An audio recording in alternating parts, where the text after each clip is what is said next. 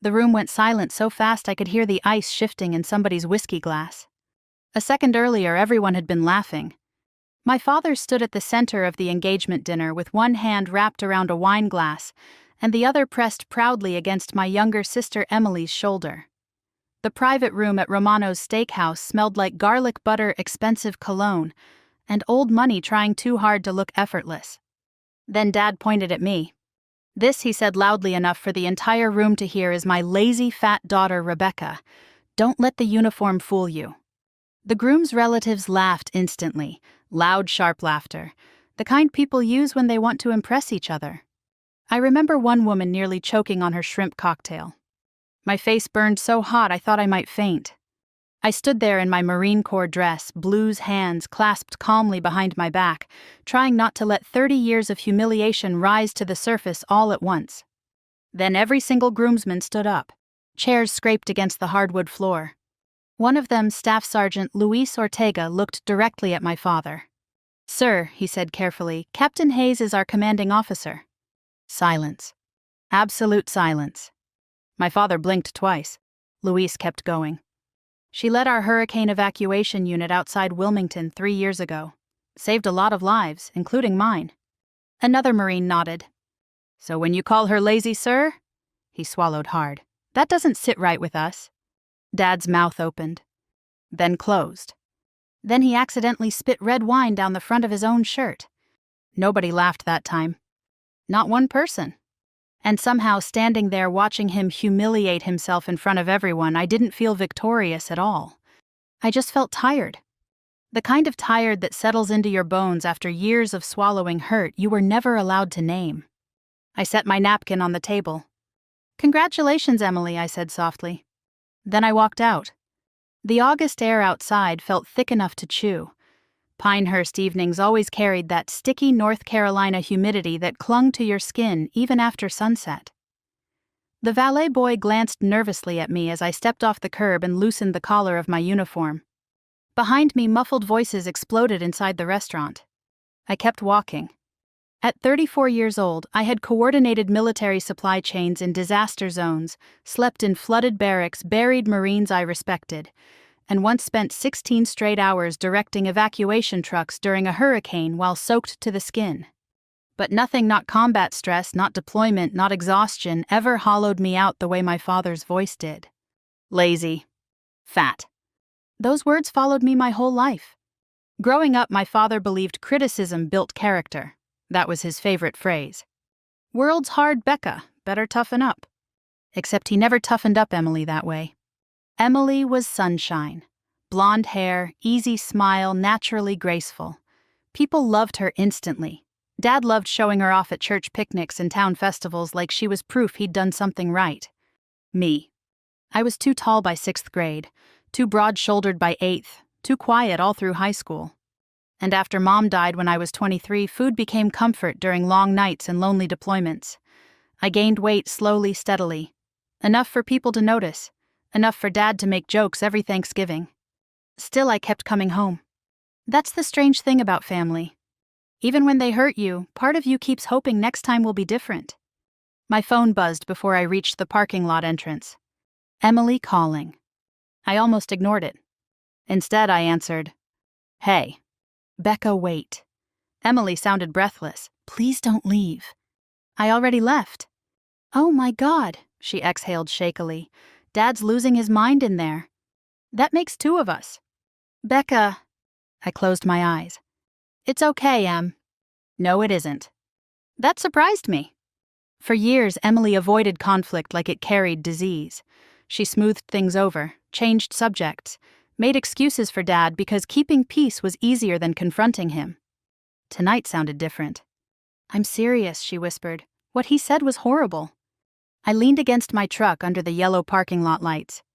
"You don't have to fix it." "I know." A pause. "Can I come see you later?" I hesitated. "I'm staying at Grandma's house." I figured. That old farmhouse sat 12 miles outside town near Carthage, surrounded by overgrown pecan trees and fading fence posts. After Grandma Lorraine died, Dad couldn't bring himself to sell it, mostly because nobody wanted the responsibility of maintaining it. I loved that place. It was the only house in my childhood where I never felt judged. "I'll come after dinner," Emily said quietly. "Okay." When I hung up, I sat inside my truck for a long time without starting the engine. The dashboard clock read 8:42 p.m. A few Marines exited the restaurant carrying themselves awkwardly like men unsure whether to follow orders or respect privacy. Luis spotted me through the windshield and approached carefully. I rolled down the window. "Ma'am," he said, embarrassed, "I'm sorry if we overstepped." "You didn't. We just couldn't sit there." I nodded once. "You did fine, Staff Sergeant." He shifted uncomfortably. "For what it's worth, those men in there don't know you." That nearly broke me. Because he was wrong. My father knew me better than anyone. That was the problem. The drive to Grandma's farmhouse took about 25 minutes along dark 2-lane roads, lined with tall Carolina pines. Crickets screamed through the humid night air. Old memories crawled up beside me mile after mile. Dad teaching Emily to dance in the kitchen while I washed dishes. Dad telling me no man wanted a woman who argued. Dad laughing when I enlisted. "You," he'd said, "in the Marines, Lord help America." But America had done just fine with me. Funny how strangers could see value in you while family stayed blind for decades. The farmhouse smelled faintly like cedar and old books when I unlocked the front door. Dust floated through moonlight spilling across the wooden floorboards. I changed out of my dress blues, carefully hanging the jacket over a chair. The medals caught the light. Dad had never once asked what any of them meant. Around midnight, headlights rolled up the gravel driveway. Emily stepped onto the porch carrying a grocery bag and wearing mascara streaks beneath her eyes. "I brought pie," she said weakly. I almost laughed. That was Emily's solution to every crisis. Pie. We sat at Grandma's old kitchen table eating store-bought pecan pie in silence while an ancient ceiling fan rattled overhead. Finally, Emily spoke. "Dad's in trouble." I looked up slowly. What kind of trouble? The garage. My stomach tightened. Dad owned Hayes Auto Repair for 40 years. Everybody in Moore County knew that place. What about it? Emily twisted her fork nervously. He borrowed money. How much? A lot. How much, Emily? Her eyes filled immediately. He mortgaged the building. The room suddenly felt very small. He what? And the house. I stared at her. He told the Grooms family business was booming. He's been buying equipment we can't afford, leasing trucks, taking loans. For what? To impress people. That sounded exactly like Earl Hayes. I leaned back slowly.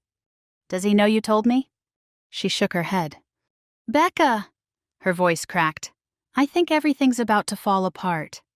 Outside, thunder rumbled somewhere deep beyond the trees. And for the first time in years, I realized my father's cruelty might finally cost him something he couldn't joke his way out of.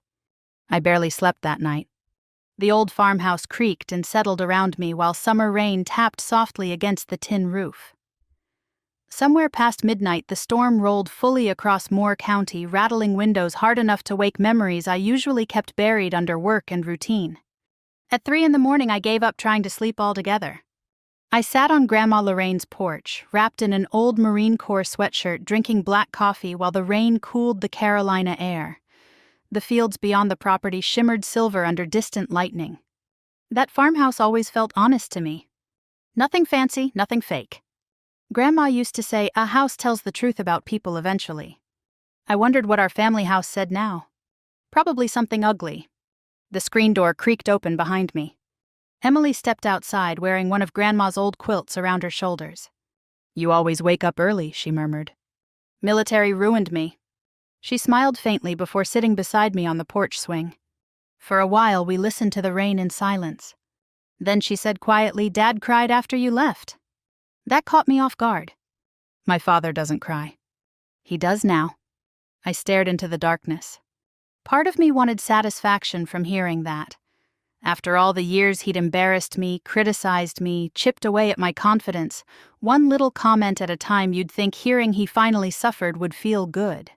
Instead, it just made me sad. You know what the worst part was? I asked softly. Emily looked at me. I wasn't surprised. That hurt her visibly. She lowered her eyes. Becca. No, it's okay. I sighed. Honestly, I think I stopped expecting kindness from him years ago. The porch swing groaned gently beneath us. Emily pulled the quilt tighter around herself. He wasn't always like this. I almost laughed at that. Yes, he was. He was harder after Mom died. I didn't answer immediately. That was true. Mom had balanced the house like a quiet counterweight against Dad's rough edges. She knew how to redirect him before his teasing crossed into cruelty. And after the cancer took her, something bitter settled permanently inside him. But grief didn't excuse everything. He called me lazy in front of strangers, I said calmly.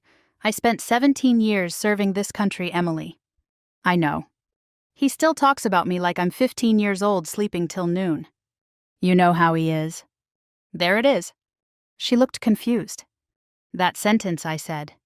You know how he is. Everybody's been saying that my entire life. Like it's weather, like we're all supposed to carry umbrellas instead of asking why it keeps raining. Emily wiped at her eyes. You think I don't know that? That surprised me enough to stay quiet. She took a shaky breath. Do you know what Dad told me last month? I shook my head. He said thank God at least one of his daughters turned out right. The words hung there between us. I felt something inside me soften toward her for the first time in years. Because Emily wasn't the golden child anymore. Not really. She was just the child who stayed close enough to absorb the damage differently. I'm sorry, I whispered. She nodded silently. Morning came gray and humid. By 8 o'clock, Emily left to meet wedding planners while I drove into town for breakfast. Pinehurst looked exactly the way small southern towns always do early in the morning. Pickup trucks outside diners, retirees sipping coffee on benches, church signs announcing fish fries and prayer nights. Normal life. The kind that keeps moving no matter how badly your family is falling apart. I stopped at Miller's Diner near the highway. The bell above the door jingled when I walked in. A few heads turned immediately. I recognized several people from high school. One older man near the counter stood slowly when he saw me. Well, I'll be damned, he said. Rebecca Hayes. I smiled politely. Morning, Mr. Garrison. He'd been my 10th grade history teacher nearly 20 years ago. You're the Marine officer everybody's talking about today. Wonderful. Small towns spread gossip faster than wildfire in dry grass. Before I could respond, another voice called from a booth. Captain Hayes. I turned. Marcus Reed stood up holding a coffee mug. Time had carved deeper lines into his face since high school, but he still carried himself like the firefighter he'd been for most of his life. Broad shoulders, calm eyes, steady posture. Marcus had been 2 years ahead of me in school. Back then, every girl in town adored him. Now, at 42, he looked older in a grounded sort of way, like a man life had tested thoroughly. Mind if I join you, he asked. I nodded. We sat near the window while rainwater streaked the glass outside. Marcus studied me carefully. You okay? Nope. That earned a quiet chuckle. Heard about last night. Of course you did. Town's buzzing. I rubbed my forehead tiredly. I'm not really in the mood to become local entertainment. You won't be. You underestimate retired people with Facebook accounts. That made him laugh harder than I expected. It felt good hearing laughter that wasn't cruel. The waitress brought coffee. Marcus stirred his slowly. Your father always did mistake harshness for honesty. I looked at him sharply. You remember that? Everybody remembers that. I blinked. He leaned back. Becca, you were one of the smartest people in school, but your dad talked to you like you were a disappointment all the time. Hearing someone else say it out loud felt strangely disorienting. Like discovering bruises everybody noticed except you. I used to think maybe I imagined it, I admitted quietly. Number. He shook his head firmly. You didn't. Outside rain softened into mist. Marcus glanced at my hands. You still carrying all of it? All of what? The need to prove yourself. I stared into my coffee. That question landed too close to the truth. Because yes. Every promotion, every medal, every deployment, I carried my father's voice with me through all of it. Not good enough. Not disciplined enough. Not feminine enough. Not thin enough. It's amazing how long a parent can live inside your head after childhood ends. I should have stopped caring years ago, I muttered. But you didn't. No. Marcus nodded thoughtfully. That's because daughters usually keep loving their fathers long after they deserve it. The honesty in that nearly undid me. I changed subjects quickly. Emily told me the garage is in trouble. Marcus exhaled slowly. Worse than trouble. You know about it too. Half the town knows. Your dad's been borrowing money for over a year. I felt sick. Why? Pride, mostly. He shrugged sadly. Business slowed down after the chain repair shops moved in. Instead of downsizing, Earl doubled down trying to look successful. That sounds like him. He bought equipment he didn't need, leased trucks, took loans with ugly interest rates. I closed my eyes briefly. Dad had always cared more about appearances than reality. Growing up, our house could be falling apart financially, but he'd still insist on buying fireworks for 4th of July because he wanted neighbors impressed. What happens now, I asked. Marcus hesitated. The bank may take the garage. The words hit harder than I expected. Because despite everything, Hayes Auto Repair wasn't just a business. It was our family history. Dad built that place with his own hands after Vietnam. I grew up sweeping floors there on Saturdays while country music played through dusty speakers. Losing it would destroy him.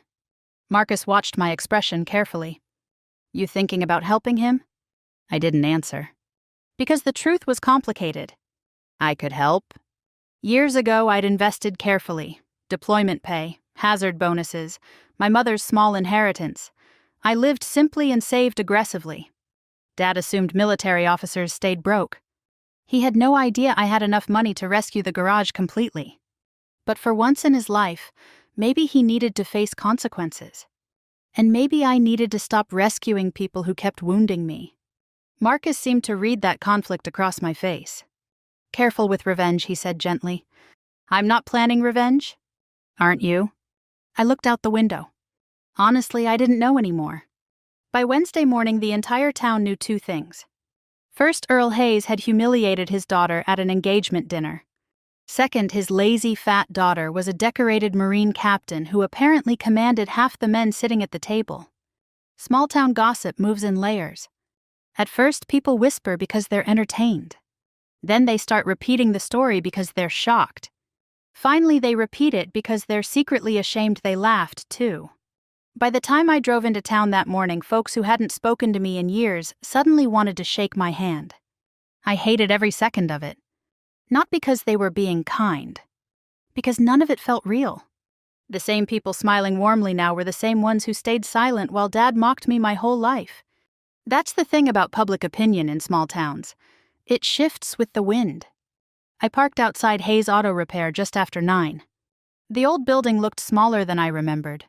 Faded blue paint peeled from the garage doors. One of the bay lights flickered weakly, even in daylight. Dad's weathered sign leaned slightly sideways near the road like it was tired of standing. I sat in my truck for a moment before getting out. The smell hit me first when I stepped inside. Motor oil. Rubber. Grease. Childhood. For a second, I was 12 years old again, sweeping floors while Dad argued with customers about carburetors. Then reality returned. 2 mechanics stopped talking when they saw me. Morning, Captain, one of them said awkwardly. I nearly winced. Back home, hearing my rank always felt strange. Morning. Neither man mentioned the engagement dinner directly, but tension hung in the room like cigarette smoke. Dad's office door stood half open. I could hear him yelling inside. No, Larry, I said Friday. Dad barked into the phone. You'll get your damn payment Friday. Pause. I don't care what the bank said. Another pause. Then louder. I built this business before you were shaving, boy. He slammed the phone down hard enough to rattle the glass window. I stepped into the doorway quietly. Dad looked up. His expression hardened immediately. Well, he muttered, America's hero. I folded my arms. Good morning to you, too. For a moment, neither of us spoke. God, he looked older. I noticed it fully for the first time. His shoulders sagged now. Gray spread unevenly through his thinning hair. Deep lines cut around his mouth like cracks in old concrete. Aging had not been gentle with Earl Hayes. But neither had pride. What are you doing here, he asked finally. Checking on you. His jaw tightened. I don't need checking on. No, I said calmly. Apparently you need financial counseling. His face flushed instantly. Emily had been right. He didn't know she told me. That girl needs to learn when to keep her mouth shut, he snapped. So it's true. Dad looked away toward the cluttered desk. Stacks of overdue envelopes sat half-hidden beneath repair invoices. I walked farther inside the office slowly. You mortgaged the garage. Temporary loan. The house, too. Silence answered me. My stomach sank. Jesus. Dad rubbed both hands over his face. It's not your business. It becomes my business when my sister's wedding might collapse because you're trying to impress strangers. That hit him. His eyes narrowed sharply. You think you're better than us now? There it was. That familiar defensive anger he used whenever shame cornered him. I didn't say that. You didn't have to. I'm standing in your office trying to help. No, he snapped. You're standing there judging me. I laughed once without humor. Dad, you stood in a restaurant and called me lazy in front of 50 people. That was a joke. No, my voice sharpened. It was cruelty. He slammed a wrench onto the desk. You Marines think you know everything. No, I just know leadership doesn't involve humiliating people. The room went still. Dad stared at me for a long moment. Then he said quietly, You always were too sensitive. And somehow at 34 years old, those words still hurt. I looked away first. That made him think he'd won. He leaned back in his chair with exhausted irritation. You got no idea what it's like keeping a business alive nowadays. Then why lie? I didn't lie. You told Emily the garage was booming. It was supposed to boom. I stared at him. And suddenly I understood something important. Dad genuinely believed appearances mattered more than truth. Always had. Looking successful mattered more than being stable. Looking strong mattered more than being kind. Looking right mattered more than admitting fear. That realization didn't make me angrier. Just sadder. A mechanic knocked lightly on the office door. Mr. Hayes. What? The tire supplier's here. Dad cursed under his breath. I'll handle it. He stood too quickly, wobbling slightly before catching himself against the desk. That scared me more than I expected. You okay? I'm fine. He wasn't. His face looked pale beneath the shop lights. But Earl Hayes would rather collapse than admit weakness. He pushed past me without another word. I remained in the office staring at the bills scattered across the desk. Late notices, past due warnings, final demand stamps. The garage wasn't struggling. It was drowning. And Dad had been pretending otherwise so long he probably didn't know how to stop anymore. I picked up one invoice accidentally left open. 3 months overdue. Another. 5 months. Then I saw the mortgage statement. My chest tightened.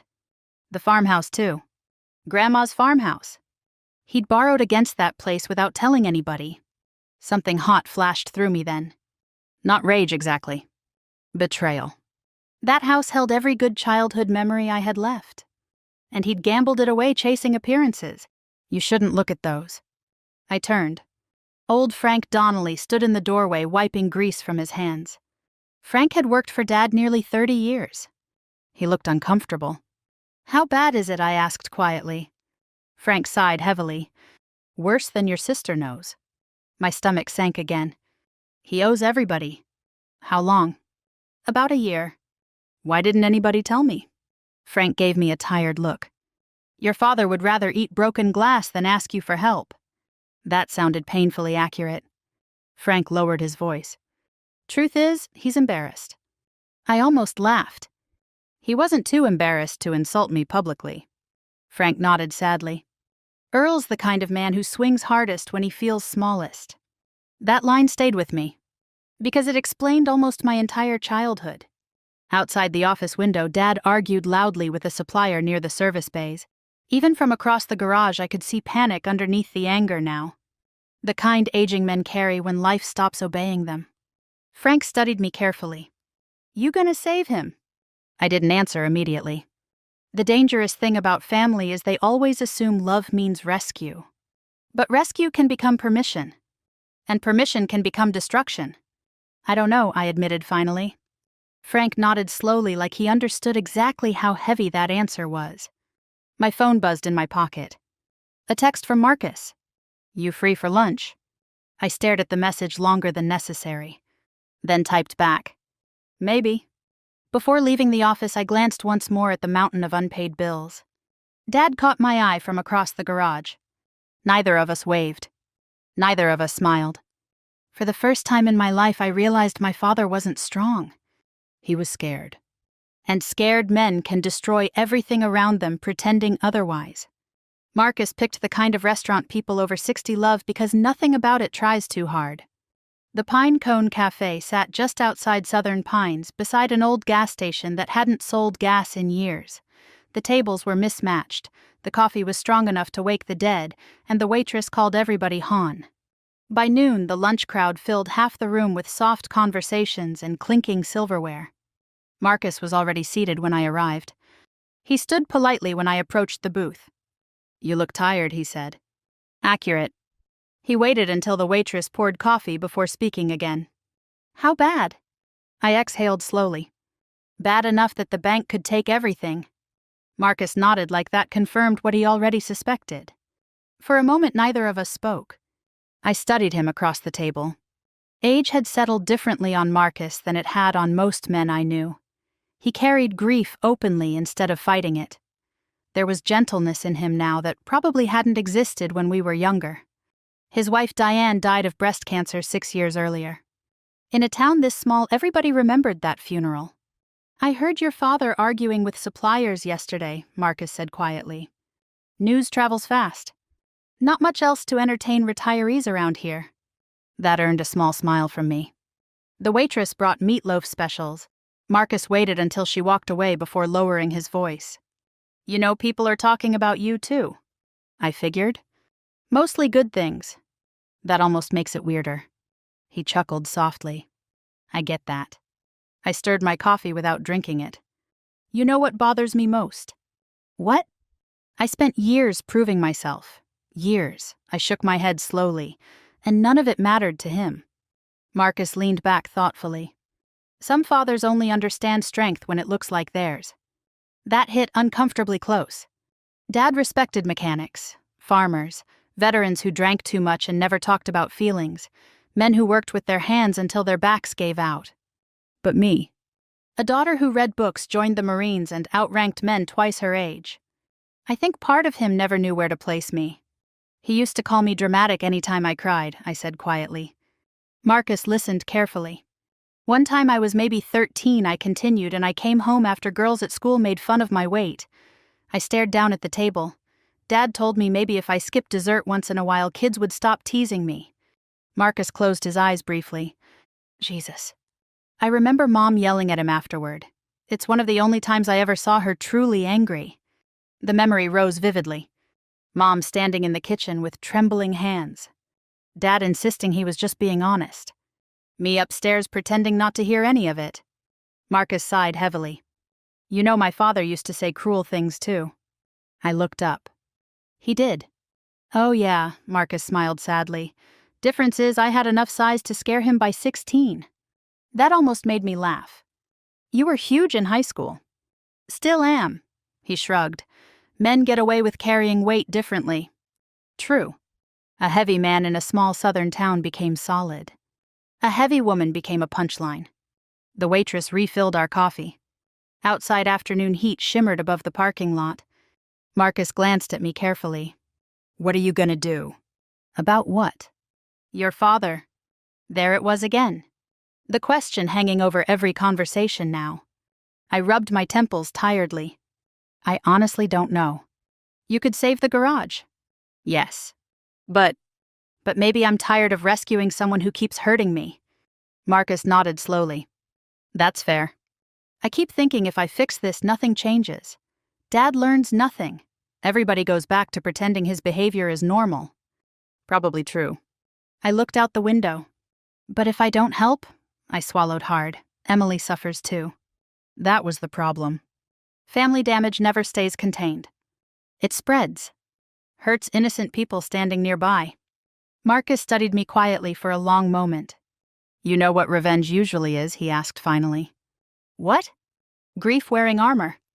I blinked. he continued softly. People think revenge feels powerful. Most times it just means somebody stayed wounded too long. I didn't respond. Because deep down I knew he was right. The scary part was, I still wanted Dad to feel what he'd done to me. Not physically. Emotionally. Just once I wanted him to sit inside shame he couldn't joke away. My phone buzzed against the table. Emily. I answered immediately. Hey. Her breathing sounded uneven. Becca, Dad collapsed. Everything inside me went cold. What? At the garage, her voice cracked. The ambulance is taking him to Moore Regional. Marcus was already grabbing his wallet before I even stood up. The drive to the hospital blurred together in fragments. Red lights? Traffic. Emily crying through the phone. Marcus gripping the steering wheel tighter than usual. My heart pounded hard enough to hurt. No matter how angry you are at family hearing the word collapsed, changes something inside you instantly. By the time we reached the emergency room, Emily sat curled in a plastic waiting chair with mascara streaked down both cheeks. I hugged her without speaking. What happened? He got dizzy, she whispered, then just dropped. A doctor eventually explained it wasn't a major heart attack, more like a warning shot from years of stress, high blood pressure, bad diet, and refusing medical care. That sounded exactly like Earl Hayes, too. Dad looked smaller somehow lying in that hospital bed later that evening. Machines hummed softly around him. His face looked pale beneath the fluorescent lights. When he noticed me standing near the doorway, embarrassment crossed his face before anger did. That surprised me. You don't gotta stand there looking at me like I'm dying, he muttered weakly. You scared Emily. She worries too much. I almost snapped back. Instead, I said quietly, you could have died. Dad looked away toward the television mounted in the corner. Silence settled heavily between us. Then another voice spoke behind me. Captain Hayes. I turned. An older black man wearing a veteran baseball cap stood near the door, smiling warmly. Recognition took me a second. Then I remembered. Mr. Calvin Brewer. Former Army engineer. I'd met him during a hurricane recovery fundraiser years earlier. I thought that was you, he said happily. Saw your name on that commendation ceremony down in Raleigh last spring. Dad looked over sharply. Mr. Brewer kept talking. You saved folks during that flooding operation, didn't you? I shifted awkwardly. It was a team effort. That ain't what they said on the news. He grinned proudly. Whole town ought to be proud of you. Dad stared at me strangely then. Like he was seeing someone unfamiliar. Mr. Brewer nodded toward him. Your daughter's a remarkable woman, sir. The room went quiet. Dad opened his mouth slightly. But no words came out. And for the first time in my entire life, I think my father heard admiration directed at me from another grown man. Not mockery. Not jokes. Respect. Real respect. The expression on his face afterward haunted me all night. Because beneath the stubbornness and pride, I saw something else finally breaking through. Shame. Dad came home from the hospital 2 days later with strict instructions from his doctor. Less stress. Less salt. Less stubbornness. Only one of those sounded impossible. Emily stayed at the family house to keep an eye on him, but I remained at Grandma Lorraine's farmhouse. Distance felt safer right now, for both of us. The trouble was, emotional distance doesn't stop memories. Everywhere I looked lately, childhood kept resurfacing. Grandma's kitchen reminded me of sneaking biscuits before dinner while Mom laughed softly. The hallway mirror reminded me of Dad telling 15-year-old me I'd be real pretty if I lost 20 pounds. Even the smell of old motor oil lingering on some forgotten tools out in the shed brought back Saturdays at the garage. Family history lives inside objects whether you want it to or not. Friday morning, I sat at Grandma's dining table sorting through old paperwork when I found a thin envelope tucked inside one of her recipe books. My name was written across the front in my mother's handwriting. Rebecca. Just seeing it nearly stopped my heart. Mom had been gone 11 years. Carefully, I opened the envelope. Inside sat a letter and copies of bank documents. I read the first line twice. Becca, if you're reading this, it means I waited too long to say certain things out loud. My throat tightened instantly. I sat down slowly. Your father loves you, but he does not always know how to love gently. I spent years hoping he would soften with time. I'm no longer sure he knows how. Tears blurred the words. There are things I need you to understand before I'm gone. You were never difficult to love, never too much, never a disappointment. I covered my mouth with my hand. God. How long had I needed to hear those exact words? The letter explained everything. Before Mom died, she quietly placed money from her own family inheritance into a private investment account under my name. Grandma helped manage it after her death. The account statements attached showed careful growth over the years. A lot of growth. More money than Dad could probably imagine. Mom continued. I worried your father's criticism would eventually convince you that you deserved less from life than you truly do. This money is not meant to rescue others from consequences. It is meant to ensure you always have choices. I leaned back, slowly stunned. Suddenly, my entire adulthood looked different through a new lens. The savings account. The financial stability. The safety net beneath every difficult decision I'd made. Mom had given me freedom long before I understood it. And she'd hidden it specifically because she feared Dad would either control it or guilt me into sacrificing it for the family. The realization hollowed me out. Not because of the money. Because Mom saw all of this coming years ago. A knock at the screen door startled me. Marcus stepped inside carrying a paper bag. Brought lunch, he said carefully. Emily said you skipped breakfast again. I quickly wiped my face. Too late. He noticed immediately. You okay? I handed him the letter silently. Marcus read portions of it while standing near the window. By the end, his eyes looked glassy too. She sounds wise, he said softly. She was. He set the letter down gently. That line about choices, he shook his head. That's powerful. I stared at the table. She knew Dad would do this eventually. Probably. I keep thinking if Mom were still alive, maybe none of this would have happened. Marcus pulled out a chair across from me. Maybe. He paused. Or maybe she spent years protecting everybody from truths they refused to face. That landed heavily. Because it was true. Mom had buffered Dad's sharp edges so thoroughly that after she died, the rest of us got cut directly. I folded the letter carefully. You know what's strange, I admitted quietly. Part of me still wants him to finally say he's proud of me. Marcus smiled sadly. You're human. At my age, that feels pathetic. No. He shook his head firmly. It feels like a daughter. The room fell quiet again. Outside, cicadas screamed through the humid afternoon heat. Finally, Marcus spoke carefully. What are you going to do about the garage? There it is again. That question's not going away. I sighed heavily. I can save everything tomorrow if I want. But I'm angry. I looked at him honestly, and I don't know what to do with that anger anymore. Marcus nodded thoughtfully. Anger's useful for survival. He leaned back slightly. Problem is, eventually it starts demanding permanent residence. I rubbed my forehead tiredly. You always this philosophical. Widowers get reflective. That earned a faint smile. My phone rang before I could respond. Emily. I answered immediately. Hey. You need to come over. Something in her voice sharpened my nerves instantly. What happened? Dad found out the groom's parents are pulling money from the wedding. I stood up slowly. Why? They heard about the debts. Of course they had. In small towns, scandal spreads faster than truth. I'm coming. The atmosphere at the family house felt toxic the moment I walked in. Dad sat at the kitchen table gripping a whiskey glass despite explicit doctor instructions not to drink. Emily stood near the sink, looking exhausted.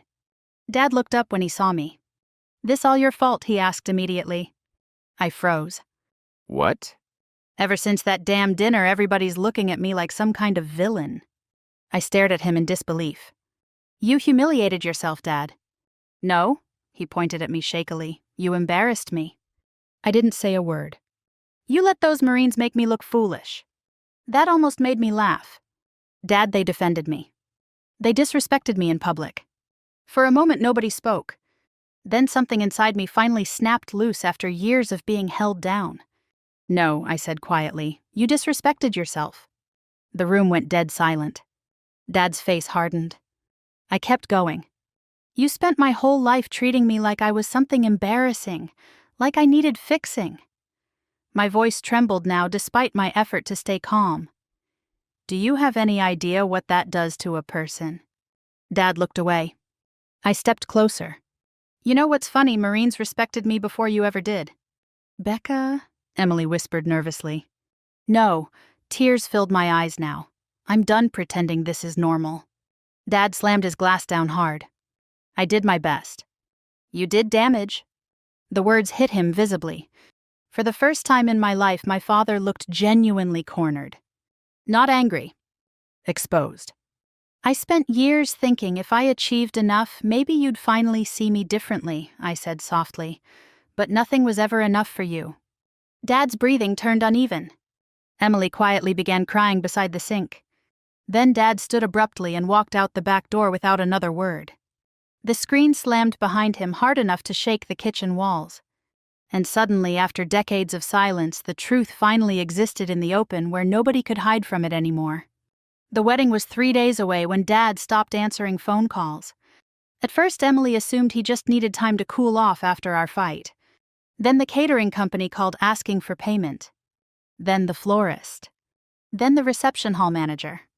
By Thursday afternoon, Emily sat at Grandma's farmhouse table with both hands pressed against her face, while unpaid invoices surrounded her like fallen leaves. I can't do this, she whispered. I honestly can't. I pushed a mug of coffee toward her. You're getting married Saturday. At this point, I might get married behind a gas station. Despite everything that almost made me smile. Almost. Emily looked exhausted. Not dramatic exhausted. Real exhausted.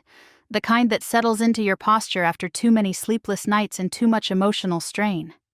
I should have seen this coming, she murmured. Number. Yes. She wiped angrily at her eyes. Dad's been spiraling for months. I just kept pretending things would magically work themselves out. That sounded painfully familiar. Our entire family operated on denial. Ignore problems long enough and maybe they become manageable. Except they never did. My phone buzzed beside me. Another voicemail notification from an unknown vendor looking for Earl Hayes. I muted it immediately. Emily stared at the table. The groom's parents think we're trash now. That's not true. They absolutely do. Her voice cracked.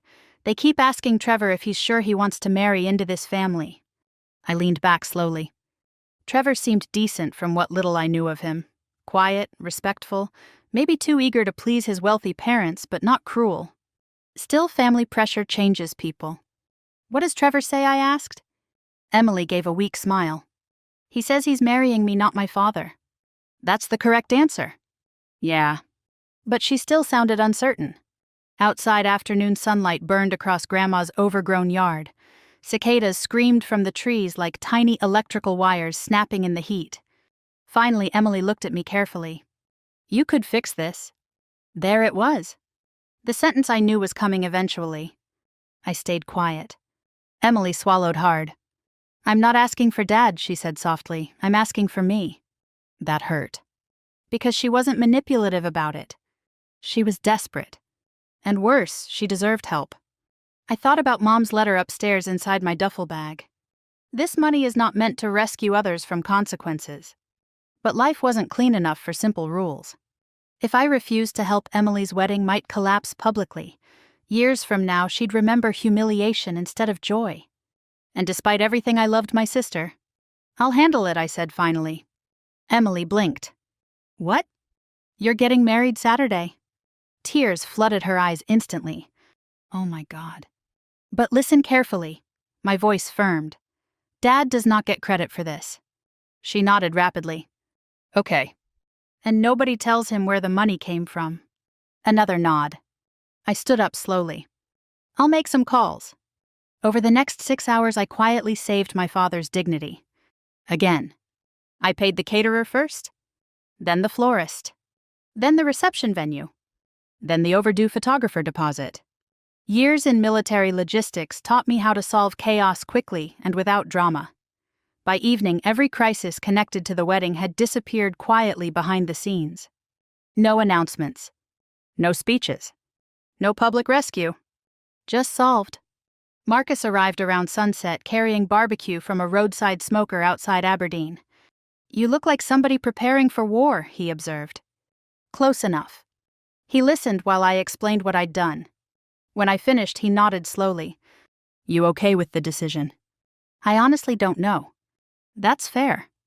We ate dinner on the porch while thunderheads gathered purple along the horizon. Finally, Marcus said quietly, You know this doesn't erase what your father did. I know.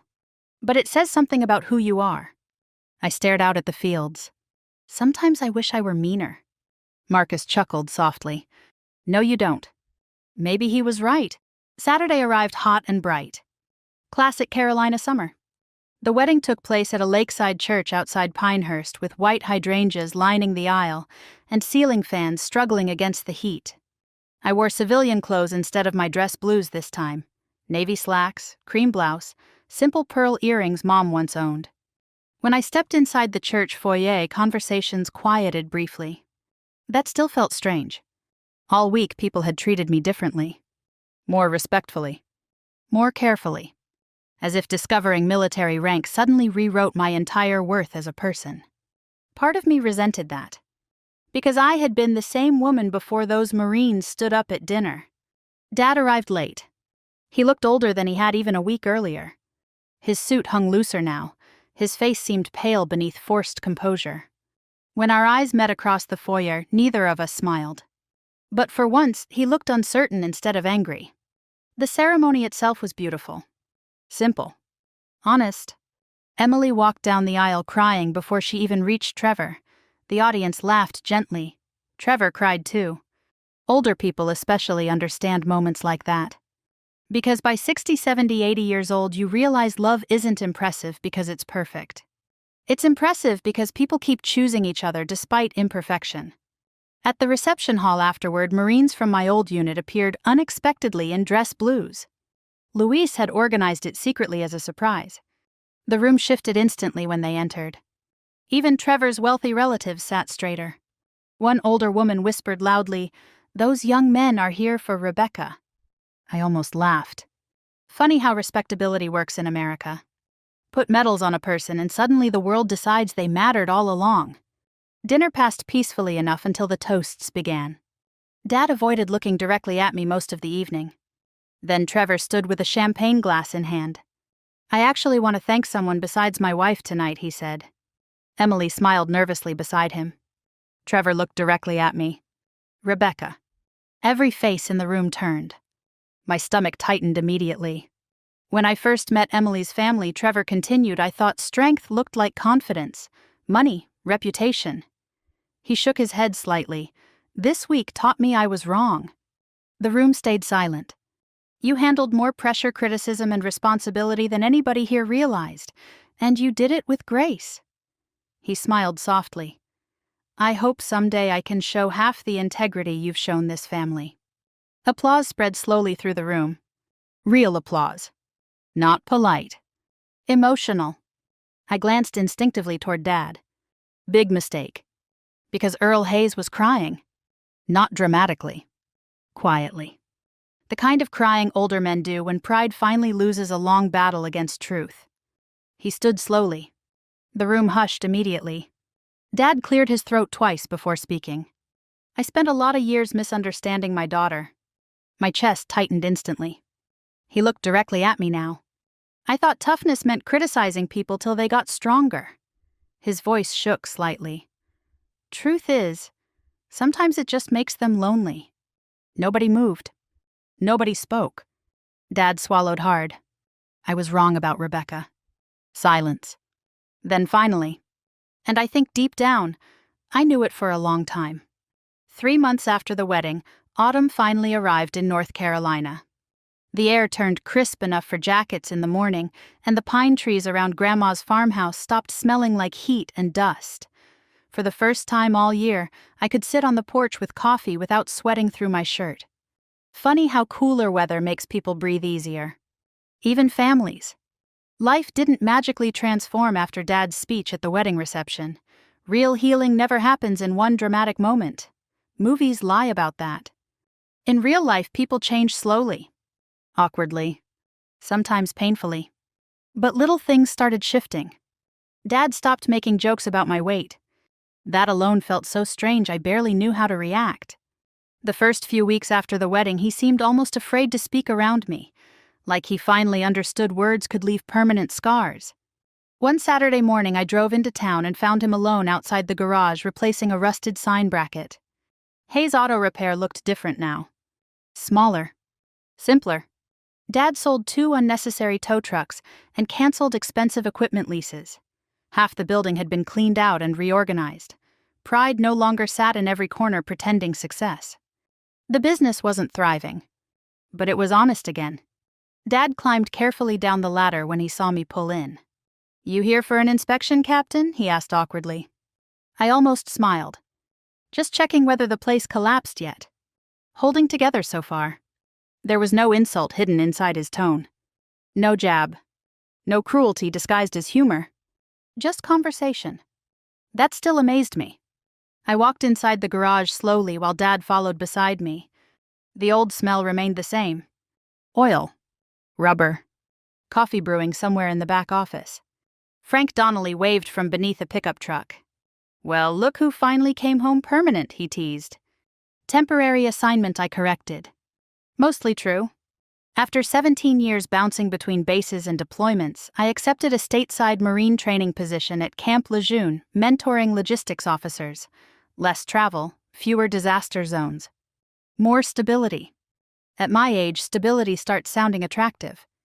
Dad picked up a wrench from the counter and rotated it nervously in his hands. "I heard you turned down retirement." "Yep." "Why?" I leaned against the service bay doorway. "Because I still like serving." Dad nodded slowly. Then quietly. "You're good at it." The words hit harder than they should have. Praise from him still felt unfamiliar enough to sting. "Thank you," I said softly. He cleared his throat immediately afterward, like emotional honesty physically irritated him. Some habits die slower than others. That afternoon, Dad and I worked side by side repairing an old Chevy transmission. Nothing dramatic happened. No sweeping emotional speeches. No movie soundtrack revelations. Just work. Honestly, that might have mattered more. For years, our relationship only existed through criticism or silence. We never learned ordinary peace. Now we were trying. Clumsily. But trying. Around lunchtime, Dad suddenly spoke without looking at me. "You know why I missed your commissioning ceremony?" My hands paused instantly. That wound still lived deep inside me. I'd graduated officer training at Quantico 14 years earlier. Families filled the ceremony hall cheering and crying while new officers received their bars. Dad never came. Claimed the garage was too busy. I spent years pretending it didn't matter. "It's okay," I said automatically. "No," he shook his head. "It ain't." Silence settled heavily between us. Finally he sighed. I was ashamed. I stared at him. "What?" Dad kept his eyes fixed on the engine. "My father never respected educated people much. Thought men proved themselves with their hands." He swallowed hard. "Then you went and became an officer." I waited quietly. "I didn't understand your world," he admitted, and instead of admitting that, I made fun of it. The honesty in his voice sounded raw, unpracticed. Like somebody speaking truth after decades of rehearsing excuses. "I thought if I acted like your accomplishments didn't matter," he paused painfully, "then maybe I wouldn't feel left behind." That almost broke my heart, because suddenly I saw him clearly, not just as my father. As a frightened aging man raised by harder people in a harder generation. A man taught vulnerability was weakness. A man who mistook criticism for guidance because nobody ever taught him tenderness. It didn't excuse what he did, but understanding replaced some of the poison I'd carried for years. "I spent most of my life trying to earn your approval," I admitted quietly. Dad nodded once without looking up. "I know." "No," my throat tightened, "I don't think you do." Finally he faced me fully. Tears filled my eyes before I could stop them.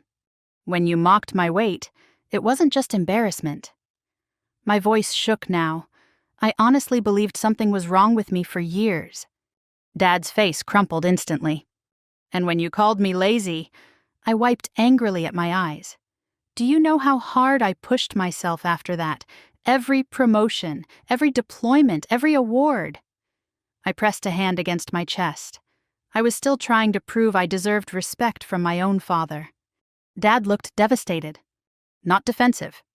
Devastated. I'm sorry, Becca. Simple words, but real ones. And sometimes real matters more than poetic. Outside, wind rattled dry leaves across the parking lot. Dad sat heavily on an old stool. I can't undo it, he said quietly. No. But I'd like to do better. I nodded slowly. That's a start. That evening, Marcus joined me at Grandma's farmhouse carrying takeout chili and cornbread. We sat on the porch wrapped in blankets while cold air drifted through the trees. You seem lighter, he observed. Maybe. I told him about the conversation with Dad. Marcus listened quietly. Then he smiled softly. You know what's interesting? What? You finally stopped needing revenge. I thought about that for a long moment, and realized he was right. Because somewhere between the humiliation, the anger, the wedding, and the truth, I stopped wanting my father to suffer. I just wanted peace. Real peace. The kind families earn slowly after finally telling the truth. A few weeks later, the town held its annual Veterans Fundraiser downtown. Folding chairs lined Main Street beneath strings of white lights. Older veterans wore faded caps from wars stretching across generations: Vietnam, Korea, Desert Storm. Dad stood beside me near the coffee table while people mingled nearby. Then an older man approached and smiled at him. Earl, he said, you introducing us to your daughter? Dad looked at me briefly, then back at the man. His voice came out steady. This is my daughter, Captain Rebecca Hayes. Pride warmed his face quietly. She's the bravest person I know. For a second I couldn't breathe. Not because the words fixed everything, but because little girls carry certain hopes forever, no matter how old they get. And finally, after all these years, I heard the thing my heart never fully stopped waiting for. Respect. Real respect. If you've ever carried wounds from family, maybe you understand something this story taught me late in life. People remember words for decades. Especially words spoken at dinner tables and kitchens in moments parents think children will forget. They don't forget. But healing can happen too, even slowly. Sometimes the strongest thing a person can do isn't winning revenge. It's refusing to pass pain forward.